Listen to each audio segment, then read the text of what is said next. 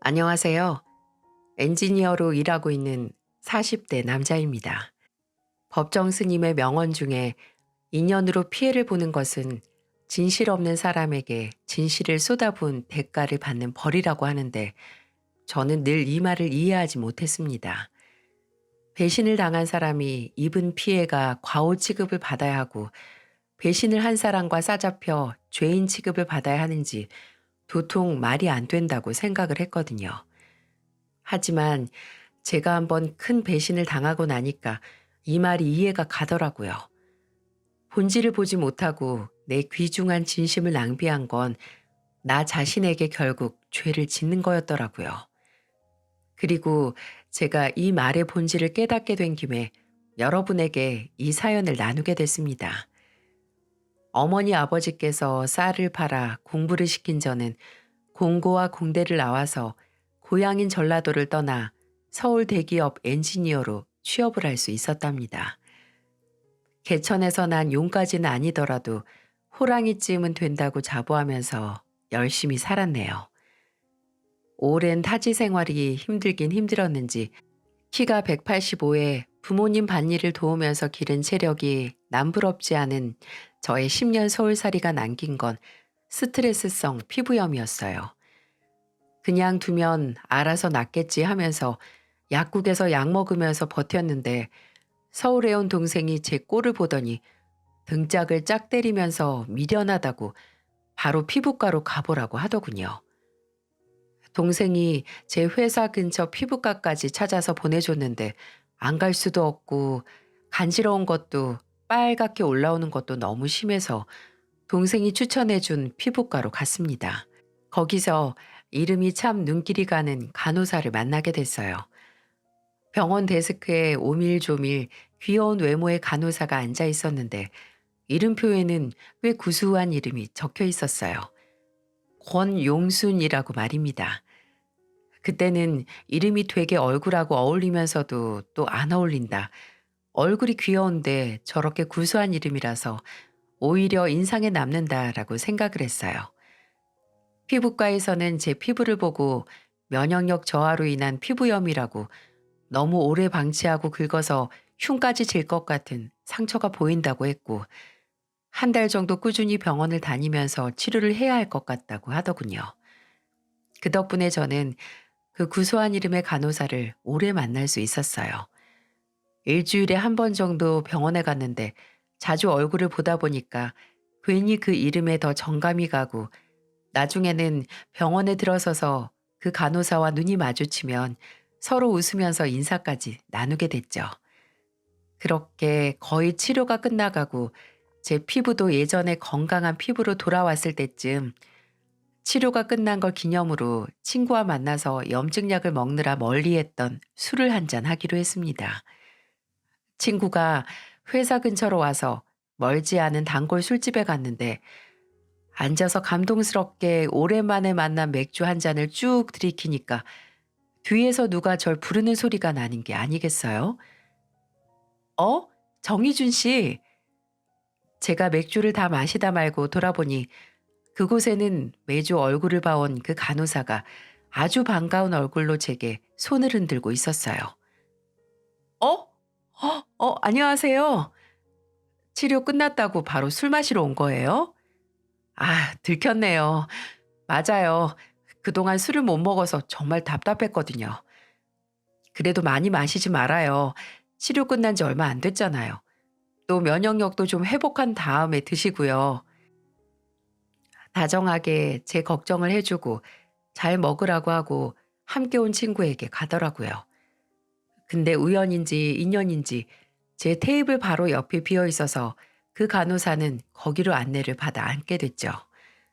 자리가 가까워서 종종 대화를 건너 하게 되고 술이 더 들어가니까 어느 순간 아예 두 테이블이 한 테이블처럼 돼서 어느새 넷이서 술을 먹고 있더라고요. 그렇게 한순간에 가까워져서 그 자리에서 번호 교환까지 했고 그 후에는 회사와 피부과가 가까워서 종종 점심을 같이 하고 퇴근하고서도 만나는 날도 잦아졌어요. 둘 다 동생이 하나 있는 맞이에 살던 동네도 가까웠거든요.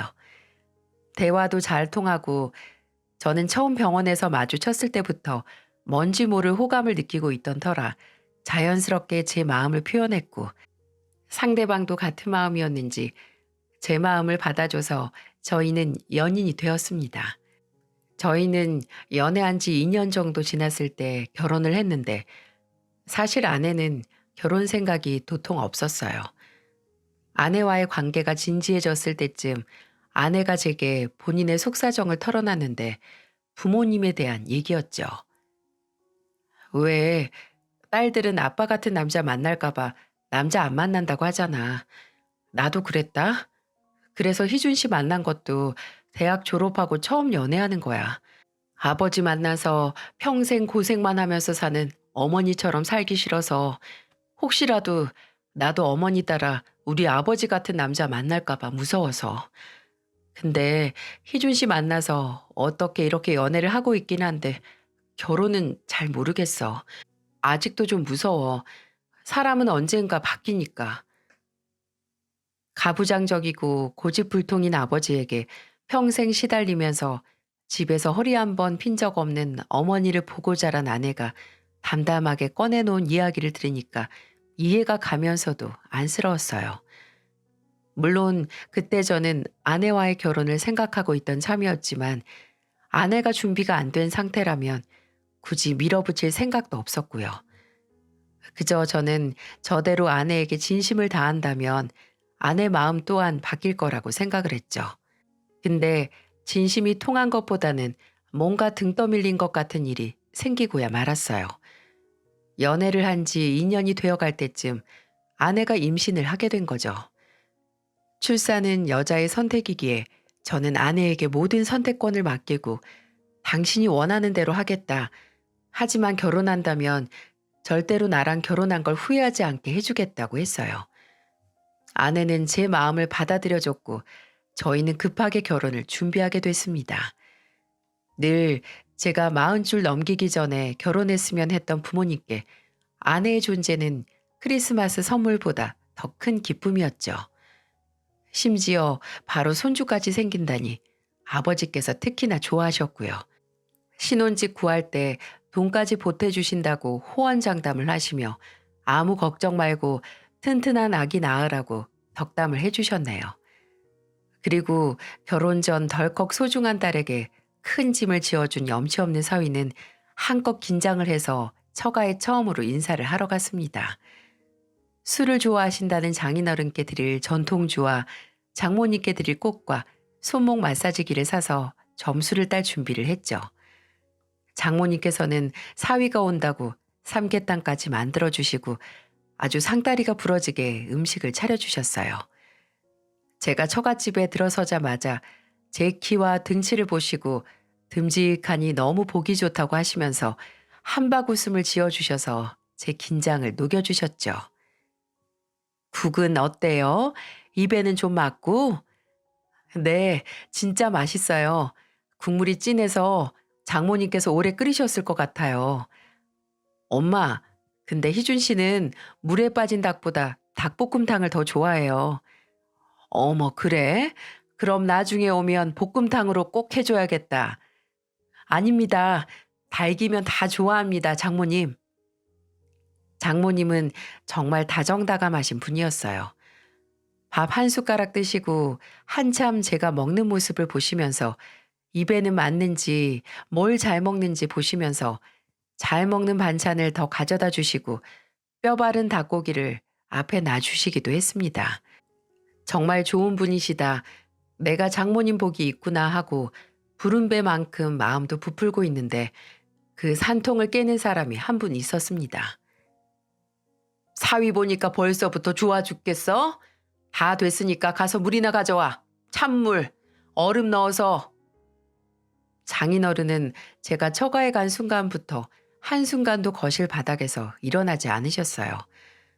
그저 손가락 까딱하고 물, 국자, 휴지, 안경하면 장모님께서 바쁘게 다른 일을 하시다가도 다 가져다 주셨죠. 아빠, 엄마 좀 편하게 식사 좀 하시게 해요. 엄마 아직 밥 반 공기나 남았어요. 우리 다 먹을 동안. 아, 내가 먹지 말라고 했어? 네 엄마가 그렇게 힘들어 보이면 네가 가져다 주던가. 아빠는 그저 남 시키기 바쁘죠? 물 정도는 아빠가 떠다 드셔도 되잖아요. 참나, 내 집에서 내 마누라한테 심부름도 못 시켜? 거기 정서방 말해봐. 남편이 아내한테 심부름도 못 시키냐고. 왜 아내가 장인어른 같은 남편을 보면서 결혼 자체를 기피했는지 이해가 충분히 되더라고요. 또 장인어른 말이면 입에 넣었던 숟가락도 빼고 바로 일어서는 장모님을 보고 마음이 좀 불편하기도 했고요. 솔직히 그 당시 장인어른은 이른 은퇴를 하시고 몇 푼 안 되는 퇴직금을 흥청망청 쓰면서 놀고 계시던 때였거든요. 이제는 이빨도 다 빠지고 큰 경제권이 없어도 그저 남편, 아버지란 이유 하나만으로 집안의 굴림에 왕 행세를 하는 게 같은 남자로서 좋게 보이진 않았습니다. 그래서 제게 같은 남자끼리 동의를 얻기 위한 질문에도 그저 웃으면서 이렇게 말할 수밖에 없었죠. 부부끼리 무슨 심부름을 시켜요, 장인어른. 전 제 아내한테 이거 해줘, 저거 해줘 안 할 거예요. 그게 소중하게 딸 키운 장모님하고 장인어른 마음도 더 편하시잖아요. 제가 물 떠다 드릴까요? 장모님은 그냥 앉아 계세요. 저도 목말랐는데 제가 가져다 드릴게요. 제 답변이 마음에 안 드셨는지 장인어른은 큼 하고 헛기침을 하시더니 바로 제게 연봉 공격을 하시더군요. 대기업이면 연봉은 얼마냐? 그래도 엔지니어면 얼마 못 벌지 않냐고 하시면서요. 그래도 남자가 서른이 훌쩍 넘고 오래 일했으니까 내 딸 데려가면서 집 한 채쯤은 할 수 있지? 나는 못 해줘. 지금 퇴직금도 바닥 나가는데 줄 돈이 있어야지. 네, 걱정 마세요, 장인어른. 제가 모은 돈도 있고 저희 본가에서도 신혼집 구할 때 보태주시기로 하셨고요. 대출 조금 끼면 작은 아파트 정도는 구할 수 있을 것 같습니다. 따로 뭐 해주실 필요 없이 예쁜 따님 결혼 축복만 해주세요. 기술직이라고 제 직업은 무시하셨으면서 아주 당당하게 돈 없으니까 알아서 해라. 모아둔 돈은 있겠지 하는 모습에 솔직히 기분이 좋지는 않았습니다. 나중에 아내도 제게 사과를 하기도 했고요. 근데 오히려 도움을 받은 다음에 그걸 빌미로 계속 트집을 잡히느니 능력도 되겠다. 마음 편하게 결혼 생활을 하는 게 훨씬 좋겠다고 생각을 했네요. 아내와 결혼 후에 저는 절대로 아내에게 장인어른 같은 남편의 모습을 보이지 않겠다고 마음을 먹었어요. 그 마음을 먹게 된 계기는 결혼 후에 지속적으로 제게 금전적인 도움을 청하는 장인어른의 행동 때문이었죠. 처음에 한두 번 생일이나 모임을 핑계 삼아 제게 용돈을 타가신 것까진 괜찮았어요. 아내의 부모님이니까 제 부모님도 되는 것이고 그 정도 해드리는 건 크게 문제가 없었어요. 근데 요구를 들어줄수록 그 요구가 점점 선을 넘어 커지는 게 문제였네요. 아내가 첫째를 낳고 가까운 친인척을 불러서 돌잔치를 했을 때 첫째 앞으로 어르신들이 해주신 금반지가 몇 개 들어왔거든요. 그중 저희 부모님께서 해주신 2돈짜리 금반지가 없어진 거예요. 아버지께서 시내 금은방에서 직접 손주 태어난 날짜까지 새겨달라고 하셔서 만든 금반지였죠. 그게 없어진 겁니다. 돌 선물로 들어온 선물들을 한 테이블에 모두 모아놨었는데 그걸 지키고 있었던 게 제 동생과 동생의 결혼할 남자친구였어요. 분주하게 저랑 아내랑 그 금반지를 찾고 있는데 동생의 남자친구가 제게 와서 넌지시 얘기를 하더군요. 저 형님, 그 돌반지요. 파란색 쇼핑백에 있던 거 맞죠? 어? 맞아. 봤어요? 아까 혜영이 잠깐 화장실 갔을 때 저 혼자 있었는데 손님들이 길을 물으셔서 잠깐 자리를 비웠거든요. 근데 다시 돌아오니까 형님 장인어른 되시는 분께서 그 쇼핑백 앞에 계셨어요. 머리가 핑 하고 돌더라고요. 아니, 설마 그럴 리가 있나. 아무리 그래도 손주 앞으로 들어온 금반지를 저는 일단 알겠다고 하고 장인어른이 앉아 계신 자리로 갔습니다. 가니까 장인어른은 안 계시고 의자에 장인어른 정장 자켓이 걸려 있더라고요. 조용히 가서 혹시나 하는 마음에 자켓 안주머니 쪽을 만져보는데 와, 뭐가 불룩하고 튀어나와 있는 겁니다. 바로 반지 케이스였어요. 저희 부모님께서 제 아이에게 준 금반지 케이스 말입니다. 아직 케이스에서 반지는 안 뺐는지 다행히 아내 반지가 그대로 있었고 저는 그대로 케이스를 빼서 아내에게 갔어요. 아내는 어디서 찾았냐고 했지만 괜히 좋은 날 좋은 자리에서 문제를 크게 만들고 싶지 않아서 선물 테이블 탁자 아래에서 찾았다고 했습니다. 그리고 그때 저 멀리서 자리로 돌아오는 장인어른이 보이더라고요. 장인어른이 자리에 앉자마자 본인 자켓을 들고 더듬거리는 게 보였어요. 본인이 훔친 반지가 잘 있나 확인하는 것 같았어요. 이미 반지가 없어지고 텅 빈 자켓 주머니를 만지다 눈이 동그래지더니 이내 주변을 두리번거리면서 뭔가 살피는 장인어른과 저는 당혹스러움이 들면서도 멀리서도 보이는 장인어른에게 손에 있던 반지 케이스를 들고 흔들었습니다. 술이 들어가서 뻘개져 있던 장인어른의 얼굴은 한순간에 하얗게 질려버렸죠. 그 사건은 그냥 그렇게 넘겼어요. 어차피 반지도 찾았고 마냥 모르는 일이라고 냅다 우겨버리면 말 그대로 개싸움만 되는 거니까요. 아내에게 아버지로 인한 또 다른 상처를 주고 싶지도 않았고요. 근데 그 사건을 없던 일인 척 넘어가 주니까 그걸 암묵적으로 본인의 뻔뻔스러운 작태에 대한 허락을 받았다고 생각을 한 건지 그 행동이 점점 선을 넘더라고요. 본인이 쓰던 낚싯대가 망가졌다고 새로 사게 돈을 보내달라고 한 건 약과였어요. 원래 낚시도 잘 하지도 좋아하지도 않는 분이 그저 술 먹고 노는 것 때문에 낚시하러 다니는 거면서 꼭 낚시 도구들은 최고급으로 사고 싶어 하셨죠. 또 손주 태어난 기념으로 동네 친구들한테 한턱 내기로 했다. 이번에 만난 친구가 오리털 패딩 좋은 거 입었더라 하면서 은근히 눈치를 주시고요. 근데 제가 정말 참을 수 없었던 건 바로 이거였습니다. 아버지가 어머니 드린 돈을 계속 가져가시나 봐. 뭐? 언제 드린 용돈? 왜 저번에 당신이 엄마 단아가 너무 낡았다고 신발 사는 김에 옷도 한 벌 하시라고 돈 보내드렸잖아. 근데 저번에 만나니까 엄마가 아직도 같은 단아를 신고 있어서 내가 아직 신발 안 사셨냐고 못 고르겠으면 나랑 같이 가자고 했거든. 근데 됐다고 얼버무리셔서 내가 캐물으니까 아휴, 아빠가 가져가셨대. 진짜 머리 끝까지 화가 났어요. 제가 달라고 할 때 용돈도 안 드린 것도 아닌데 장모님 드린 그 작은 돈까지 탐을 내시다니요. 저희 장모님은 정말 돈이 필요하셔도 내색 하나 안 하시는 분이랍니다. 생활비 몇 푼 안 주는 장인어른 때문에 검소하시고 알뜰하셔서 신발이나 가방, 옷 모두 10년은 기본으로 넘긴 것들 뿐이었고요. 제가 처가에 가서 돈 쓰는 꼴을 못 보시는 분이랍니다. 그런 분께 어렵게 돈 쥐어드리니까 탐욕스럽게도 그걸 또 가져간 거예요. 근데 그거로는 그 배가 안 차는지 또 며칠 뒤에 제게 전화를 해서 전신 마사지 의자 얘기를 꺼내셔서 제가 참지 못하고 얘기를 했습니다.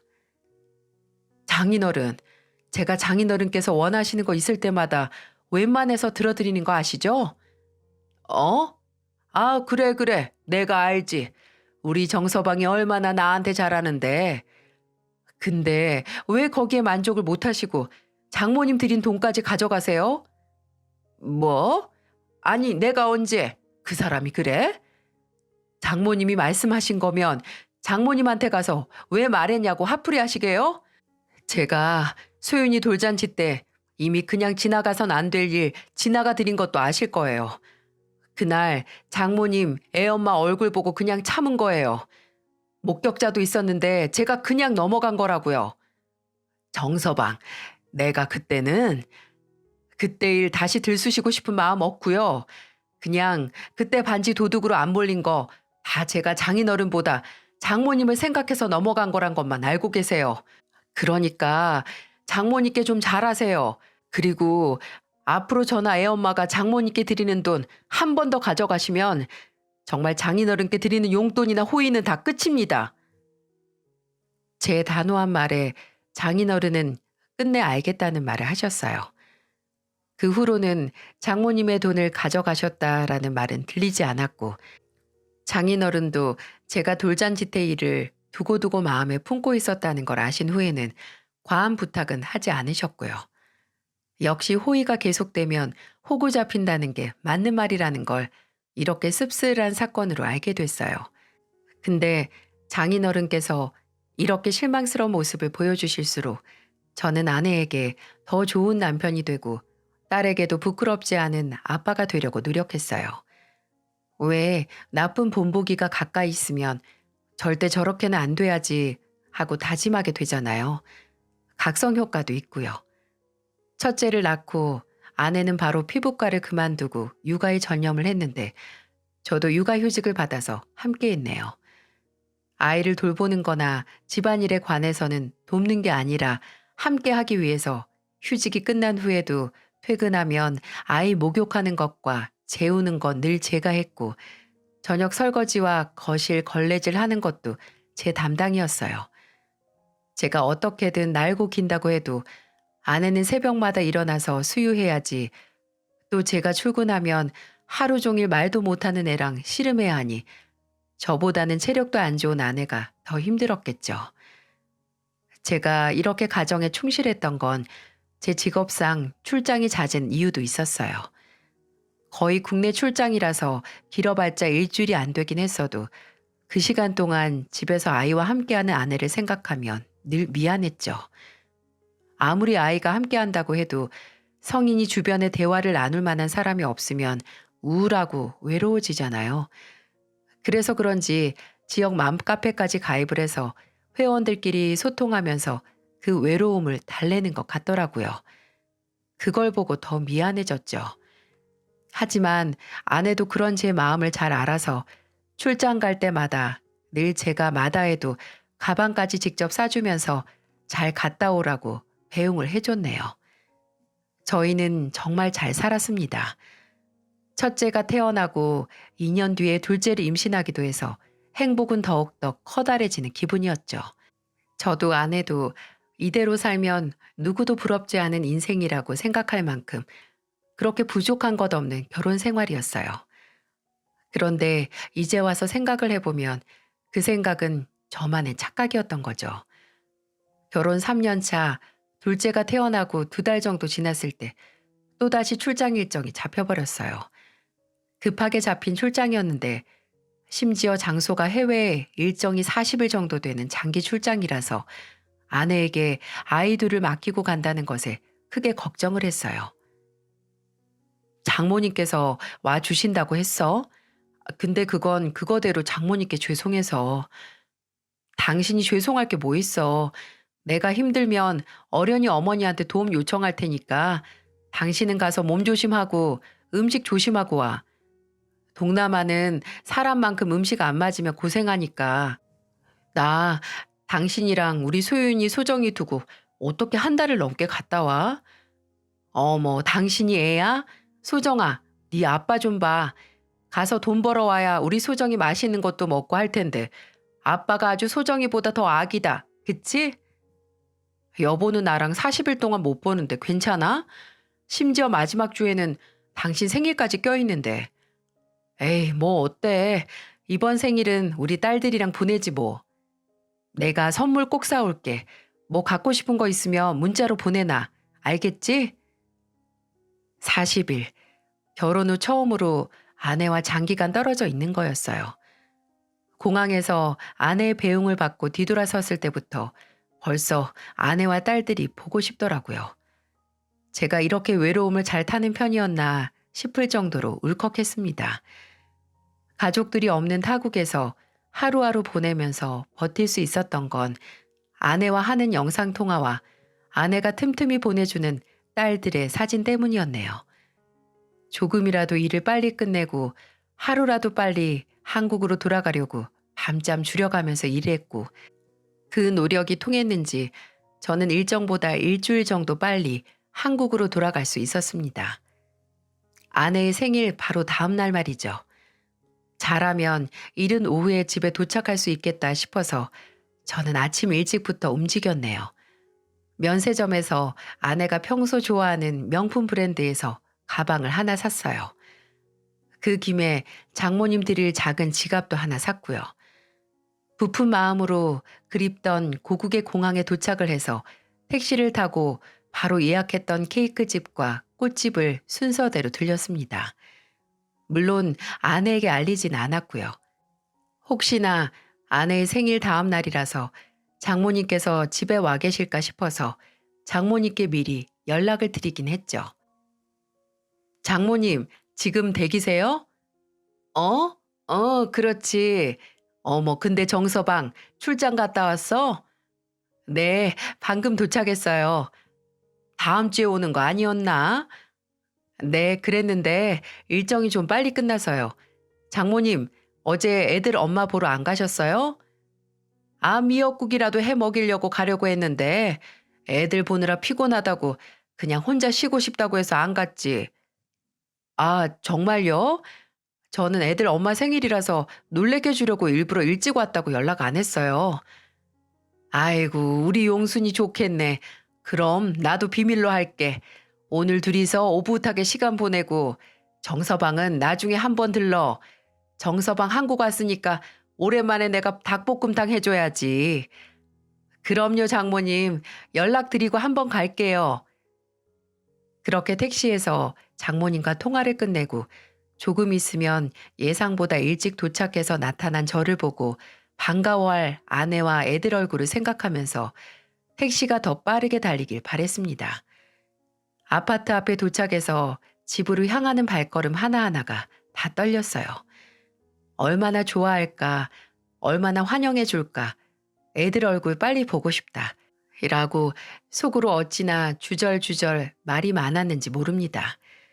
엘리베이터를 타고 현관문 앞에서 비밀번호를 누르고 문을 열었어요.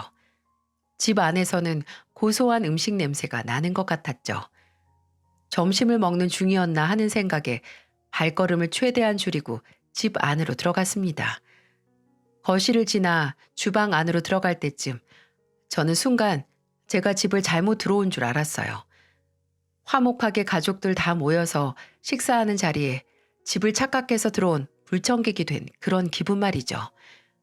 근데 분명 이 집도 주방도 저 식탁도 모두 제 집에 있는 것 그대로이고 또 그 식탁에 앉아있는 여자도 제 아내였고 포크를 쥐고 방울토마토를 집어먹는 아이도 제 첫째 딸이고 그 옆에 아기 의자에 앉아서 낮잠을 자고 있는 아기도 제 둘째 딸이었어요. 근데 그럼 저 사이에 앉아서 제 아내가 주는 고기를 낼름 받아먹는 저 남자는 대체 누구일까요? 지금 뭐 하는 거야?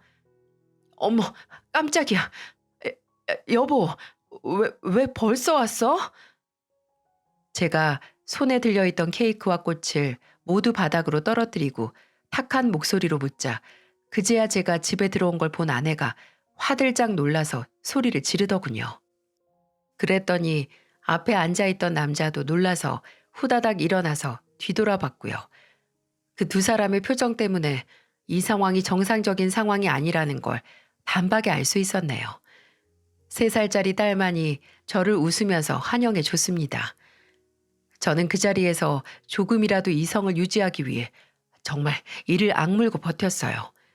제 어린 두 딸이 보고 있었으니까요. 저는 둘째가 앉아있는 아기용 의자를 통째로 들어서 첫째를 불렀습니다. 소윤아, 가자. 잠깐 방에서 소정이랑 같이 있어. 알았지? 아이들을 방에 들여보내고 천천히 다시 주방으로 나왔어요. 몸 안에서는 마치 용암이 부글부글 끓는 것 같았는데 왜 이상하게 제 머리통은 차게 식는 것 같을까요? 저는 주방으로 당도해서 눈알만 굴리고 있는 두 사람에게 다시 물었습니다. 지금 내 집에서 뭐 하는 거냐고 물었잖아. 여보, 이거 누구야? 어? 아, 이 사람 나 하는 맘카페 있잖아. 거기 회원인 분이셔. 회원? 그 카페 회원이 왜 내 집에 있는데? 넌 어딜 가? 앉아. 아내가 아는 맘카페 회원이라고 소개된 남자가 슬그머니 의자에서 일어나서 빠지려고 하길래 저는 뒤에서 목덜미를 낚아채서 그대로 자리에 앉혔습니다. 당신 왜 그래? 정말 같은 카페 회원이야. 여기 옆 아파트 사는데 요새 친해져서. 이분도 아내가 잠깐 출장 가셨대. 그래서 내가 같이 밥 한 끼 하자고 불렀어. 당신 이상한 오해하지 마. 이상한 오해? 이게 오해라고? 나 없는 사이에 생판 다른 남자 불러서 심지어 내 애들 앞에서 가족놀이를 하고 있는데 오해? 그럼 내가 지금 방에 들어가서 물어볼까? 당신이 이 회원이란 놈이랑 애들 앞에서 무슨 짓을 했는지 지금 소윤이한테 물어봐? 왜 애들까지 끌어들여? 애들이 무슨 잘못이 있다고? 애들을 끌어들여? 지금 이 더러운 총국에 애들 끌어들인 게 누군데? 내 집에 이런 새끼 끌어들여 놓고 놀고 있던 게 누군데? 여보, 일단 진정해. 내가 저 선생님, 일단 진정하시고요. 제가 진짜 그냥 밥만 먹으러. 웃기는 소리 하지 마. 지금 누굴 머저리 취급하고 있어? 아니, 나 없는 사이 이렇게 당당하게 설치고 있는 거 보면 진짜 날 등신으로 생각했나 봐. 당신, 지금 당신 입으로 다시 얘기해. 괜한 변명하고 거짓말해서 내 화 더 돋구지 말고. 나 여기서 더 미치는 꼴 보기 싫으면 바른 대로 말하라고. 알았어. 알았다니까. 내가 다 말할게. 그러니까 그 사람 좀 놔줘. 어? 그건 내가 알아서 해. 빨리 말 안 해? 미안해, 여보. 내가 정말 잘못했어. 제가 윽박지르면서 독촉을 하니 아내는 냅다 바닥에 무릎을 꿇고 빌기 시작했어요. 저는 아내가 무릎을 꿇는 모습을 보고 잡고 있던 그 남자 목덜미를 놔주고 말했어요. 너도 옆에 가서 꿇어. 비실비실 걸어간 남자는 힘없이 쭈뼛거리며 아내 옆에 무릎을 꿇었고 저는 휴대폰을 꺼내 들었습니다. 그리고 동영상을 틀어 그 두 사람의 모습을 찍었어요. 말해. 지역 맘카페에서 만난 건 맞아. 이 사람도 주부인데 아내가 출장 간 것도 맞고. 나 거짓말 한 거 없이 진짜야. 그냥 저번에 한 번 얼굴 보자고 해서 만나서 밥 먹고 그런 게 다야. 제발 믿어줘. 맞습니다. 정말 밥 먹고 만나서 대화만 한 게 전부예요. 그건 내가 나중에 판단할 일이고 어떻게 내가 출장 갔을 때 집으로 초대할 생각을 다 했냐? 심지어 애들하고 겸상까지 시켜? 들어오자마자 누가 남편인지 손님인지 모르겠더라. 어? 여보, 미안해. 내가 잠깐 제정신이 아니었어. 내가 생각이 짧았어. 어? 미안해. 제발 용서해줘. 저는 마치 고해성사하듯이 처절하게 용서를 비는 두 사람을 무시하고 장인어른에게 전화를 걸었습니다. 장인어른은 아무것도 모르고 그저 제 전화를 받자마자 밝게 인사를 하시더라고요. 정서방, 어째 전화를 다 했어? 한국 왔어? 언제? 장인어른, 저 긴히 드릴 얘기가 있어서 그러는데 저희 집으로 와주실 수 있을까요? 되도록 빨리요. 어? 갑자기 왜? 뭐야? 정서방 나한테 선물 사왔구나. 뭐 그런 걸 다 사왔어. 안 사와도 되는데. 그래, 내가 지금 당장 달려갈게. 기다려.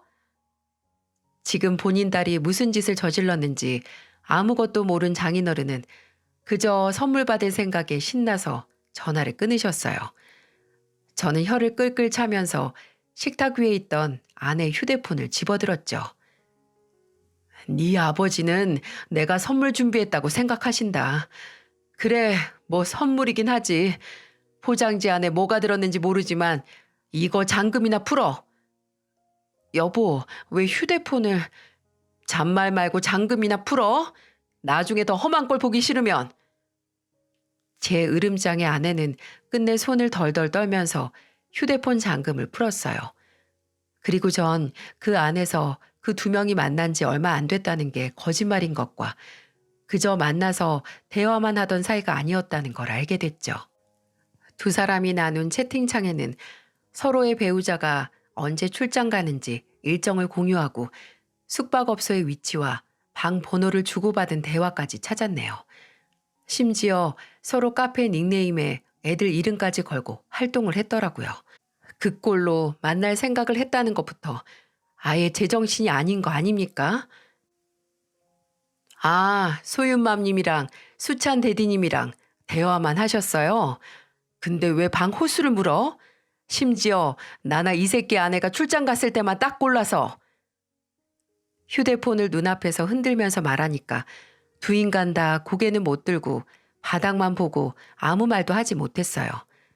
참나, 집에 오는 길만 하더라도 정말 천국으로 가는 기분이었는데 문을 열고 들어온 곳은 제가 상상만 했던 생지옥이었네요. 그렇게 20분 정도 흘렀을까? 초인종 소리와 함께 장인어른이 오셨어요. 현관문을 열어주자 장인어른은 잊지도 않은 선물을 찾아서 두리번거리면서 거실까지 들어오셨네요. 정서방, 근데 용순이랑 애들은 용순아, 너 왜 거기... 저건 또 누구냐? 상황 파악을 하지 못하고 횡설수설하던 장인어른은 눈물만 흘리는 아내를 보더니 이내 제게 설명이 필요하다는 눈빛을 보내셨어요. 저는 기꺼이 이전에 있었던 일을 모두 다 말했죠. 선물 받을 생각에 미소가 떠나지 않던 장인어른의 표정은 한순간에 잿빛으로 바뀌었어요. 장인어른은 어떻게 생각하세요? 분명 장인어른 따님은 저 새끼랑 대화만 나눴다고 말했는데 여기 휴대폰에는 그것만 한 게 아니라는 증거가 뻔히 다 남아있는데 지금 저한테 용서해달라고 하네요. 아휴, 정서방, 내가 딸을 잘못 키웠어. 제 용순이가 그런 애가 아닌데 저 애가 아기 낳고 외로워서 한순간 실수한 거라고 생각해주게. 왜 여자들 다 그렇지 않나. 외로우면 눈에 보이는 게 없어. 정서방도 알지 않나, 제가 뭘 알아요? 왜 본인 딸 잘못 덮으려고 다른 여자들까지 싸잡아 욕을 하세요? 그게 말이 돼요? 며칠 혼자 있다고 바로 다른 남자를 집까지 끌어들이는 게? 저는 줄곧 그나마 애엄마는 장모님을 닮아서 상식은 있다고 생각했는데 이제 보니까 부전여전이네요. 아버지나 딸이나 똑같아요, 수준이. 오셨으면 데려가세요, 저 사람. 여보, 뭘 가만히 있어요? 셋 다 나가라고. 장인어른, 제가 제 집에서 바람 피운 여자도 못 쫓아냅니까? 장인어른이 그러셨잖아요. 남편이 본인 집에서 아내 심부름을 시킬 수 있다고. 저도 제 집에서 쓰레기 치우는 것뿐이에요. 딸 도로 데려가세요. 이 집 내 돈으로 산 내 명의인 거 아시죠? 나랑 내 딸들 집에 상식도 안 통하는 멍청한 인간들이 더 오래 있는 꼴 못 보겠네요. 나가요, 제발 좋은 말 할 때 셋 다 꺼지라고요. 저는 이미 증거는 모두 제 휴대폰으로 옮겨서 별 쓸모도 없어진 아내의 휴대폰을 주인에게 도로 건네고 그 3명을 집에서 쫓아냈어요. 남자놈은 드디어 이 상황에서 빠져나간다는 생각에 바로 뛰쳐나갔는데 아내는 끝까지 울고불고 못 나간다고 애들 두고 본인이 어딜 가냐며 제게 두 손을 싹싹 빌었습니다. 제발 용서해달라고요. 저는 긴 말 하고 싶지 않아서 네가 싫으면 뭐하냐. 어차피 내가 이혼 소송 걸면 끝인데 라고 말했습니다. 그 말에 몸에 힘이 풀린 건지 아직도 얼굴이 잿빛인 장인어른 손에 끌려서 집을 나갔고요. 저는 바닥에 널브러진 꽃다발과 아내에게 주려던 선물, 안에서 질척해진 케이크 박스, 그리고 아직 식사 흔적이 남아있는 식탁을 보고 눈을 질끈 감았습니다. 정말 이대로 땅속으로 꺼져서 더 이상 더러운 꼴을 보고 싶지 않았어요. 하지만 그럴 순 없었죠. 저는 정신을 차리고 아이들 방으로 갔습니다. 문을 여니 밖에서 나던 시끄러운 소리에 놀랐는지 방구석에 동생과 함께 있는 첫째 딸이 보이더군요. 저는 조용히 가서 아이들을 껴안았습니다. 그리고 미안하다고 했어요. 어디서부터 어긋났는지 모르겠지만 어쨌든 제 선택으로부터 시작된 이 일에서 제 딸들이 상처 입었다는 생각에 그저 미안한 마음밖에 들지 않았네요. 그리고 그 미안함과 동시에 아내에게 미칠 듯이 화가 났어요. 어떻게 이 아이들과 나를 두고 나는 정말 그 사람에게 내가 줄 수 있는 모든 행복을 주기 위해 피나는 노력을 했는데 그게 모두 부질없는 거였었네요. 그 행복을 받을 자격 없는 사람에게 그 행복을 주려고 하다가 피를 봤습니다. 저도 제 딸들도 말입니다. 그 다음 날 저는 바로 변호사를 찾아 이혼 소송을 시작했어요. 소송 기간 동안 평일에는 아이들을 본가 어머니께서 고향집으로 데려가서 봐주셨고요. 당연히 아파트 현관 번호는 바로 바꿨습니다. 아내는 그 후 집으로 찾아왔어도 저도 아이들도 만날 수 없었죠. 아내에게 부정행위로 이혼 소송을 걸었고 아내는 끝까지 못한다고 버티다가 제가 양육권마저 가져간다고 하자 그제야 변호사를 구하더라고요. 참나, 애 앞에서 상간남이랑 오순도순 소꿉놀이까지 한 여자가 이제 와서 애들 생각하는 척 데려가겠다고요? 이게 말이나 됩니까? 아내는 제게 아이들에 대한 단독 양육권까지 가져가려고 했지만 그게 될 리가 있나요? 알고 보니 제가 출장 가거나 없을 때는 아예 애는 장모님께 맡겼더라고요. 그리고 그 남자를 만나러 간 거죠. 이것도 모두 장모님께서 알려주셔서 알게 된 거였어요. 이혼 소송 중에 딱 한 번 장모님께서 저를 찾아오셨을 때 말이죠. 다른 사람은 그냥 돌려보냈어도 정말 저를 아껴준 장모님은 문전박대를 할 수 없어서 집으로 모셨어요. 장모님께서는 제 얼굴을 보자마자 바로 눈물을 터뜨리셨죠. 아휴, 미안해, 정서방. 내가 정말 미안해. 정서방이 그동안 나한테 어떻게 했는데. 장모님께서 저한테 미안하실 게 뭐가 있어요. 다 그 인간들이 문제죠. 장모님께서는 저한테 사과하실 일이 없으세요. 아닐세. 내가 다 딸을 잘못 키워서 그래. 내가 잘 키웠으면 정서방이나 우리 소윤이나 소정이 이렇게 상처받을 일 안 생겼겠지. 아휴, 내가 정서방한테 뭐라 할 말이 없어. 그냥 우리 손주들 잘 키워줘. 어? 내가 정말 미안한데 애들 한번 봐도 될까? 장모님은 그때 이미 알고 계신 것 같았어요. 그때가 손주들 얼굴을 볼 마지막 기회라는 것을요. 그래서 아내에게 불리하게 작용될 걸 아시면서도 제가 없었을 때는 거의 장모님께서 손주들을 봐주셨다는 걸 말씀해 주신 거겠죠. 장모님은 첫째와 둘째를 한 번씩 꼭 안아주셨습니다. 그리고 마지막에는 제 손을 잡고 한동안 눈물을 흘리시다가 그렇게 가셨어요. 이혼이 마무리되고 단독 양육권과 재산 분할은 이혼 사유가 아내 외도였기에 제게 유리한 판결이 날 수밖에 없었어요. 아내에게 소정이지만 재산 분할을 할 수밖에 없었던 건 전혀 아깝지도 않았습니다. 어차피 그 후에 바로 상간자 소송을 걸었거든요. 근데 웃긴 건 제가 상간자 소송을 하자마자 제 전 아내의 외도 상대도 배우자에게 외도 사실을 들켜서 바로 이혼 소송을 하게 된 거였어요. 저는 거기서 끝내지 않았습니다. 이렇게 점잖게 이 모든 걸 마무리 짓기에는 지금까지 제 헌신이 너무 보잘것없는 것처럼 느껴졌어요. 그래서 전 아내가 하던 지역 맘카페에 가입을 했습니다. 꽤 어려운 등업 절차 후에 글을 남겼어요. 카페 내 회원들 불륜 사실을 알립니다. 소윤망과 수찬대디의 더러운 사생활 이라는 제목을 걸고 폭로를 시작했죠. 신상까지 적나라하게 나와 있는 게시물이어서 몇 시간 안 돼서 카페 내 공지 문제로 바로 삭제가 됐지만 그 게시물의 내용은 삽시간에 퍼졌어요.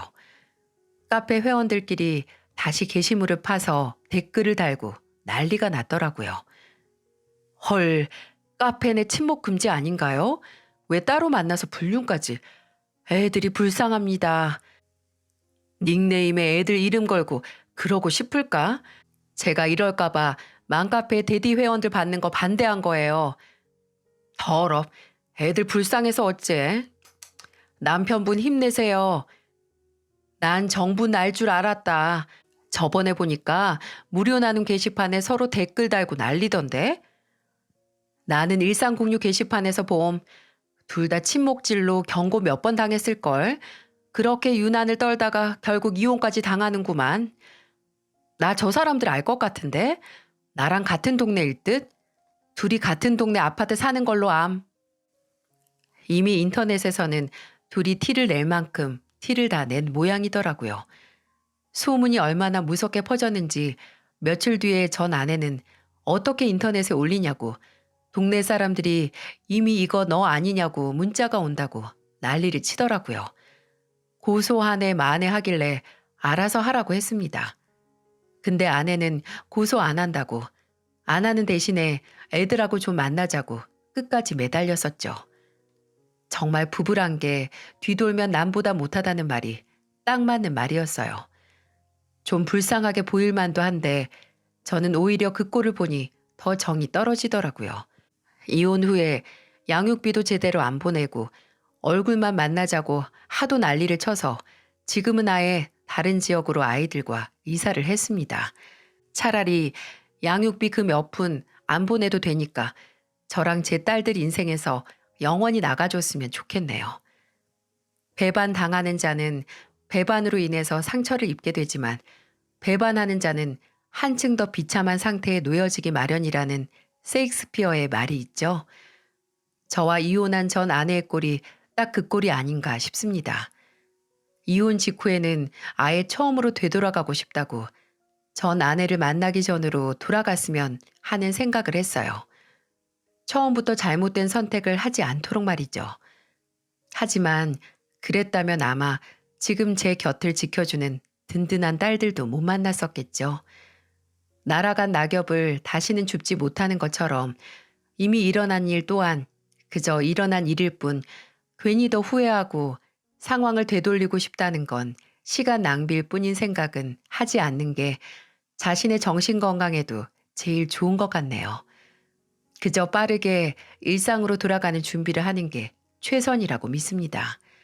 잔혹한 배신을 앞으로 살아갈 원동력으로 바꾸게 된 제 이야기를 들어주셔서 정말 감사합니다.